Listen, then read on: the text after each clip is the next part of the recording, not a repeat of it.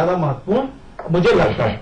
लेकिन जैसे कि आपने शुरू में कहा कि वादे कुछ होते हैं और नीचे शर्तें लागू एक उछलना होता है। आज के इस जो पेंशन योजना का जो मामला है, इसमें भी बहुत सारे कुछलने हैं।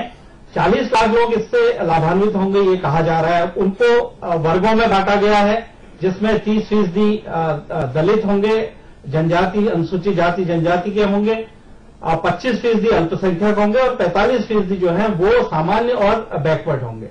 पहला तो उसमें जातिगत आधार पर लोगों को, गरीबी को बांटा गया है।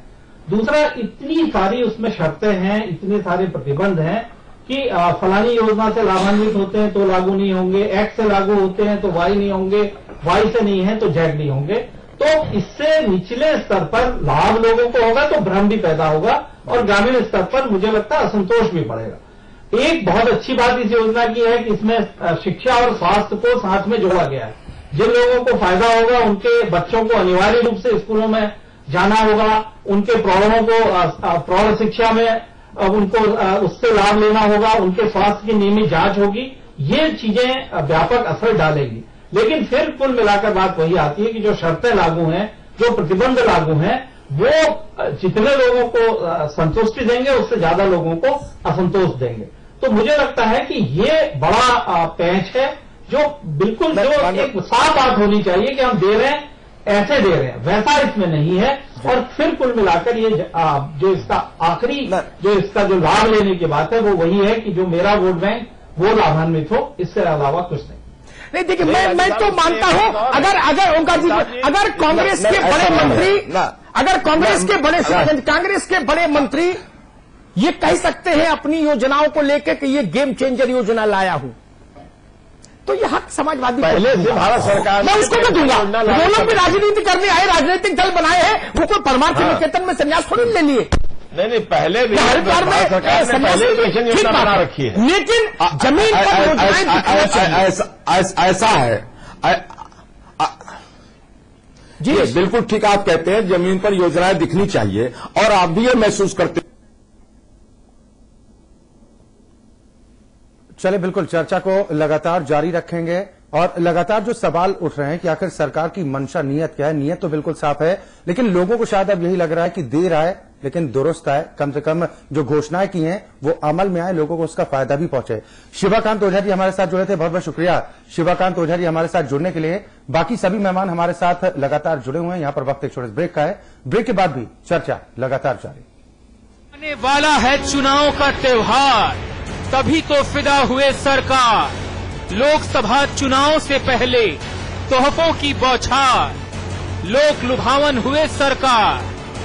स्टेट बैंक ऑफ इंडिया भरोसे का नाम। मसूरी देहरादून विकास प्राधिकरण से मान्यता प्राप्त आवास विकास योजना फॉरेस्ट लवाना हरिद्वार रोड देहरादून में अपना फ्लैट पाने का सुनहरा मौका। रजिस्ट्रेशन खुलने की तारीख 20 जनवरी और बंद होने का दिन 28 फरवरी। उत्तराखंड में स्टेट बैंक की चुनिंदा शाखाओं पर फॉर्म उपलब्ध और रजिस्ट्रेशन फीस फाइनेंस सुविधा भी। जल्दी करें और याद रखें, आवास विकास योजना forest लवाना Haridwar road Dehradun.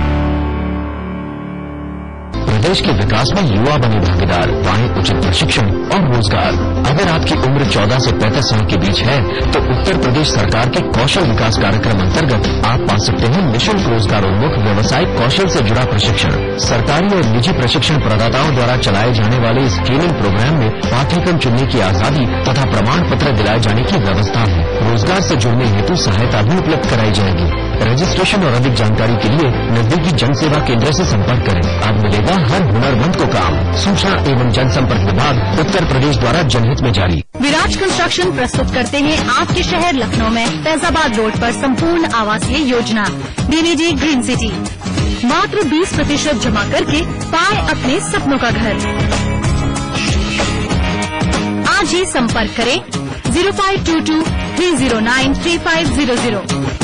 State bank of India भरोसे का नाम। मसूरी देहरादून विकास प्राधिकरण से मान्यता प्राप्त आवास विकास योजना फॉरेस्ट लवाना हरिद्वार रोड देहरादून में अपना फ्लैट पाने का सुनहरा मौका। रजिस्ट्रेशन खुलने की तारीख 20 जनवरी और बंद होने का दिन 28 फरवरी। उत्तराखंड में स्टेट बैंक की चुनिंदा शाखाओं पर फॉर्म उपलब्ध और रजिस्ट्रेशन फीस फाइनेंस सुविधा भी। जल्दी करें और याद रखें, आवास विकास योजना फॉरेस्ट लवाना हरिद्वार रोड देहरादून। आने वाला है चुनाव का त्योहार, तभी तो फिदा हुए सरकार। लोकसभा चुनाव से पहले तोहफों की बौछार, लोक लुभावन हुए सरकार। ब्रेक के बाद आपका स्वागत है। आप देख रहे हैं बिग बुलेटिन। सभी मेहमान हमारे साथ जुड़े हुए हैं। आपके पास आना चाहूंगा सबसे पहले विजय बहादुर पाठक जी कि चुनावी माहौल में सभी पार्टियां वोटों की फसल को पकाने को पूरी तरह से तैयार हैं। आपकी पार्टी की तरफ से कहा जा रहा है कि सरकार तो वो काम कर रही कि बादल देखे नहीं और मटके लेकर पहुंच गए। ये फॉर्मूला तो आप पर भी लागू होता है। सभी पार्टियां यही कोशिश कर रही हैं कि किस तरह से वोट अपने पाले में किए जाएं। देखिए चलिए, बहस की शुरुआत अमिताभ जी ने ठीक से की। जो सरकार के अच्छे फैसले हों उनकी चर्चा भी अच्छे ढंग से करनी चाहिए। लेकिन मैं फिर कहा, ब्रेक के जाने के पहले मैंने ये कहा था कि सरकार की नीयत में खोट है। बेरोजगारों को रोजगार देने की, बेरोजगारी भत्ता देने की बात आई, जब घोषणा हुई उसके बाद रोज नियम बदलते रहे। आज अभी गोविंद जी ने ठीक कहा कि पेंशन योजना की बात हुई। पेंशन योजना सरकार ने कहा दिया कि समाजवादी पेंशन होगी। कल जिस विज्ञापन कंपनी को इन्होंने ऐड दिलाया है वो मुलायम सिंह जी और अखिलेश जी के फोटो के साथ जगह जगह चौराहों पर समाजवादी पेंशन योजना का प्रचार भी हो जाएगा। लेकिन मिलेगी कैसे? धर्म मजहबी आधार पर तय होगा कि कौन पेंशन पाएगा कौन पेंशन नहीं पाएगा। ये सरकार का खोट है। और उसमें इतनी शर्तें हैं कि जिन 40 लाख लोगों को हम फिर एक महीने बाद मुझको लगता है कि फिर इसी बहस में समाचार पत्र पर मिलेंगे और तब आप गिनिएगा तो पता लगेगा कि ये खोज ही नहीं पाए, ढूंढे नहीं मिल रहे हैं।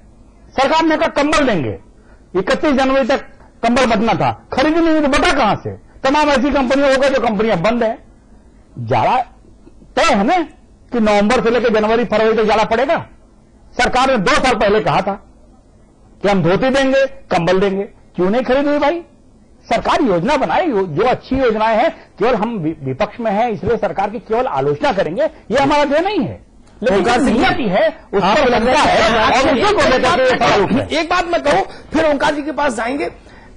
सरकार किसके लिए? लोक के लिए। उसके फैसले लोक को लुभाने वाले क्यों नहीं होने चाहिए? किसको लुभाने वाले होने चाहिए? पार्टी को, खुद को? लोक लुभावन शब्द निगेटिव परसेप्शन क्यों बन गया इस देश में?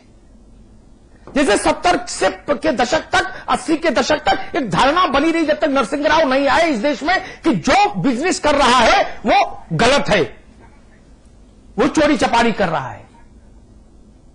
उद्यमियों का सम्मान ही 91 के बाद से इस देश में शुरू हुआ। लोग उनका हानि पे बड़ा काम कर रहे हैं। वैसे ही धारणा लोक लुभावन शब्द कहीं आता है तो लोगों को लगता है अच्छा कुछ जायसाजी का काम है। लोक की सरकार हो तो लोक को लुभाने वाले फैसले क्यों नहीं हो? मैं तो कहता हूं हर फैसला ऐसा होना चाहिए जो लोक को, जन को अच्छा लगे, उसको लुभाए, उसको मुदित करे, उसको प्रसन्न करे, उसको सुखी करे। तभी तो सर्वे भवन्तु सुखिनः होगा। इसमें आपत्ति क्यों और कहां? जी ओंकार जी। नहीं, देखिए, लोक लुभावन बजट में कोई आपत्ति नहीं है। लोक लुभावन बजट जरूर होना चाहिए। राजनीतिक दलों का कर्तव्य है कि जनता को अधिक से अधिक सुविधा दें, लेकिन वो बजट, वो ऐसे वादे नहीं होने चाहिए जो नुकसान हो रहा हो जिससे। जैसे अब आप ले लीजिए दिल्ली की सरकार का, उन्होंने कहा कि हम आज ही बिजली कर देंगे। बिजली भाई आज ही क्या, कैसे आप कर दोगे? कश्मीर से कन्याकुमारी तक बिजली का एक रेट है, जो एक पावर कमेटी बनी हुई है, उसने क्या कहते हैं रेगुलेटरी कमेटी बनी हुई है, उसने कुछ आंकड़े प्रस्तुत किए होंगे, कुछ देखा होगा, विचार किया होगा, तब उसने एक बनाया।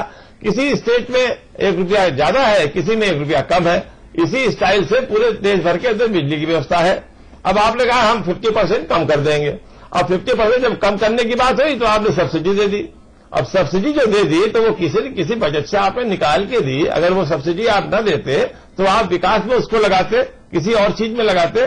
तो इस तरह के जो बजट आप वादे करते हो वो खतरनाक है। उससे क्या होता है, जब आप नहीं कर पाते हो, जैसे कि ये लैपटॉप वाला मामला हुआ, टैबलेट वाला मामला हुआ, जब पैसा नहीं इनके पास हो पाया तो उन्हें बंद कर दिया, तो आदमी में नाराजगी हो जाती है और फिर ये नाराजगी धीरे धीरे बहुत बृहद रूप ले लेती है। ओंकार सिंह जी, लेकिन इनकार अब तक नहीं कर रहे, इनकार अब तक नहीं किया गया कि हम इस योजना को पूरी तरह बंद कर रहे हैं। अभी इस बात को लेकर स्वीकृति दी जा रही कि हाँ योजना बंद नहीं हुई है, आगे विचार हो रहा है और इसे पूरा भी किया जाए। ठीक है, लेकिन अभी तो दिखाई पड़ रहा है कि इस साल इन्होंने उसमें नहीं डाला, 1 रुपया जा रहा है। पैसा कहां से लाएंगे? जब प्लान से डिस्कशन पूरा सैंक्शन हो जाएगा, जब प्लान इनका सैंक्शन हो जाएगा भारत सरकार से, पैसा लाएंगे कहां से ये जी? तो इसलिए ये सब चीजें सोचने वाली हैं और इसको हर पार्टी को ये तय करना चाहिए कि भाई हम वो वादा करें जनता से जो हम पूरा कर सकें।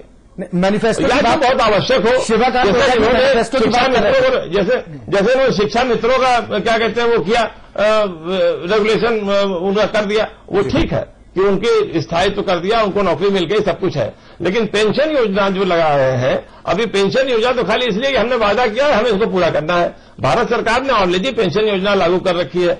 अब उस पेंशन योजना में जो लोग पा रहे होंगे उसको आप नेगेटिव कर देंगे और जनता समझेगी अब हमको ये मिलने जा रहा है, हम तो ये फायदे में आ रहे हैं, तो आपको नाराजगी बढ़े कि नहीं बढ़ी?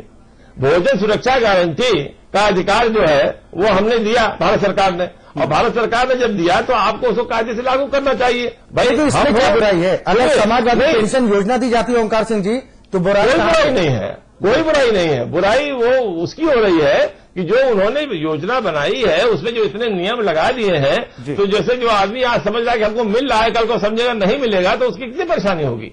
मैं उसकी बात कर रहा हूं। गोविंद जी, ओंकार सिंह जी जो बात कर रहे हैं उससे आप इत्तेफाक रखते हैं?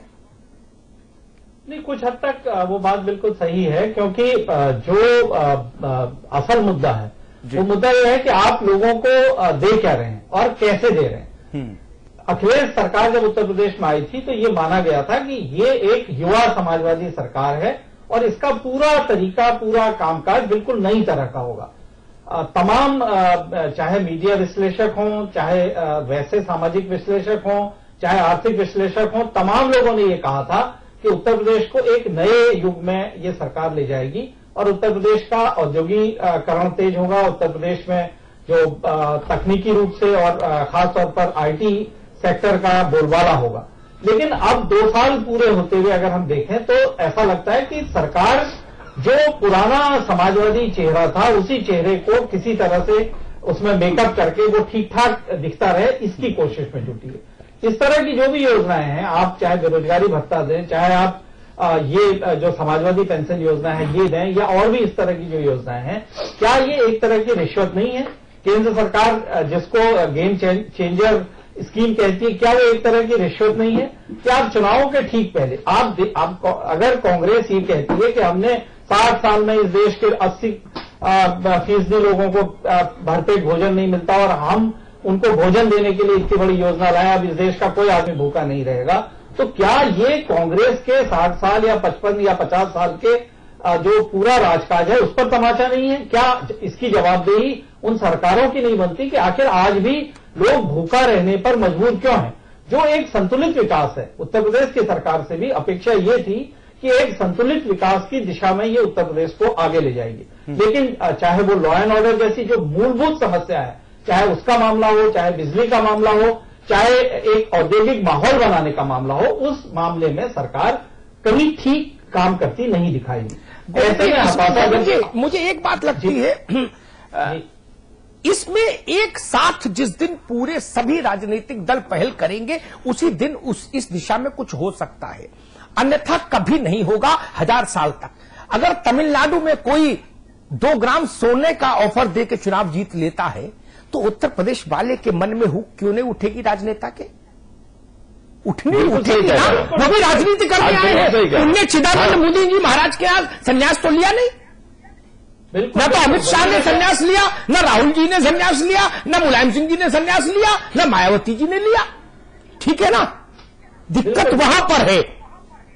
अगर कोई पंजाब का मुख्यमंत्री कोई निर्णय कर देगा, अगर छत्तीसगढ़ का मुख्यमंत्री 1 रुपए किलो चावल बेचेगा, तो मैं अगर दूसरी पार्टी का मुख्यमंत्री दूसरे प्रदेश में हूं तो मैं कोशिश करूंगा पुल बने, फ्लाईओवर बने, चाहे नहीं बने, 50 पैसे किलो चावल का अनाउंसमेंट करो भाई। मैं सेक्रेटरी की गर्दन पर सवार हो जाऊंगा कि मुझे मतलब नहीं फंड कहां से आएगा, तू जान तेरा काम जान, 50 पैसा किलो चावल कल मैं रैली में अनाउंस करूंगा और ताली बजवाऊंगा भाई, मुझे चुनाव जीतना है। ये एक ऐसा नहीं हो सकता कि एक से कहो अनवरत शादी करते रहो और दूसरे से कहो ब्रह्मचर्य का पालन करो, ऐसा नहीं चलेगा, क्योंकि सबको उस लड़ाई में उतरना है। एक से बुलेट प्रूफ जैकेट पहन के जाए और दूसरे से कहो कि भैया तू खुली छाती जा, नहीं, वो अपने लिए उससे डबल बुलेट जैकेट लाएगा। एक ने कहा 2 ग्राम सोना, दूसरे ने कहा colour TV, black and white भी नहीं, कलर टीवी। अशोक गहलोत ने कहा स्कूटी, इनने लैपटॉप बांटा अखिलेश जी ने, अशोक गहलोत ने कहा स्कूटी, चलो मिलाओ हाथ, कौन है माई का लाल इस अखाड़े में मेरे सामने।